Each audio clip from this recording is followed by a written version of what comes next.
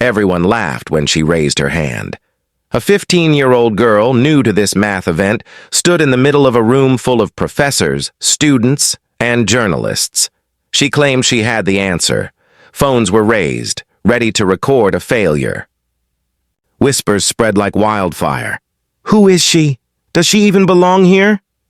But when she spoke, the entire room went silent.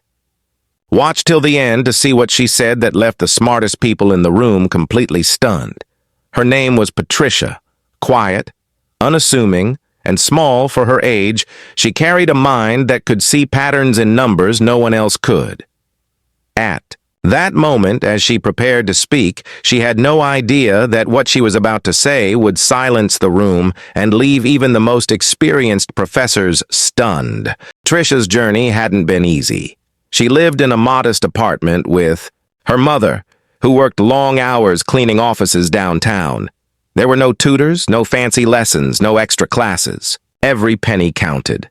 And yet, Patricia had something even better. An insatiable curiosity, relentless persistence, and an unshakable belief that understanding could always be earned, not bought. Every evening, Patricia sat by the flickering light of a small desk lamp, surrounded by notebooks stacked high, pages filled with equations, diagrams, and scribbles.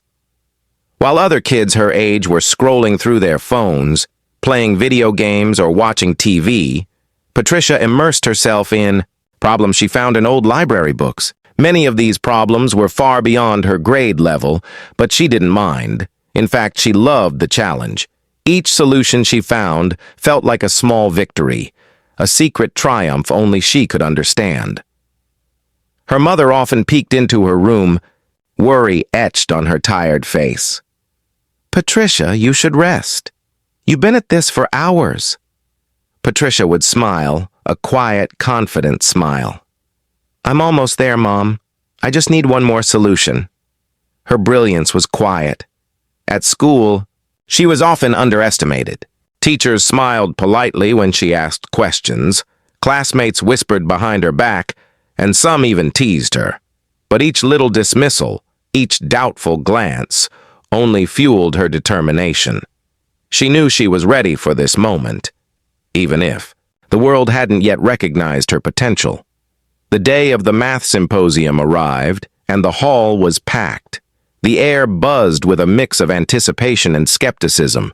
Journalists clicked cameras, students whispered nervously, and professors leaned back in their chairs, arms folded, clearly unconvinced that anyone could rise to challenge their expertise. Patricia walked in, notebook clutched tightly to her chest. Her palms were sweaty, but she straightened her back, took a deep breath, and scanned the room. A few students nodded at her, remembering the times she had solved problems that left everyone else puzzled. But most of the eyes in the hall were filled with doubt, suspicion, and a hint of amusement. The session began. A particularly arrogant professor smirked and asked the first question, his voice dripping with disbelief. "And what makes you think you can answer this?" Patricia's eyes stayed calm. She inhaled slowly, her chest rising with quiet confidence. "I think I can," she said softly, almost to herself, yet loud enough for the room to hear. The whispers turned into quiet chuckles. Phones were raised, ready to capture what everyone expected to be a humiliating failure. She walked to the front of the hall and placed her notebook carefully on the table. The murmurs died down as all eyes followed her small figure. Inside, her mind raced, but outwardly she remained composed. Step by step, she began to outline her approach. She drew diagrams, wrote equations, and explained each choice carefully. She paused often, ensuring that the audience could follow her reasoning. At first, skeptical frowns appeared. One professor leaned over and whispered to another, "She's missing something obvious." Patricia felt her heart thump in her chest, but she stayed focused. Every late night spent studying, every problem solved, every moment of doubt she had turned into determination. These were the moments that had prepared her for this stage. A student in the back muttered, "She's going too fast. I can't follow." Another leaned forward, curiosity replacing doubt. Patricia noticed and subtly slowed her explanation, breaking the logic into smaller, more understandable steps. Then it happened. Patricia reached the part no one expected. She began connecting patterns that the professors had overlooked. Numbers that seemed unrelated began to line up, creating a solution that appeared almost impossible. The head professor leaned forward, his frown deepening. His voice shook slightly as he asked, "Wait, could this actually work?" The room fell silent. Even the phones that had been raised paused, as if sensing the weight of the moment. Patricia traced her final equation with precision.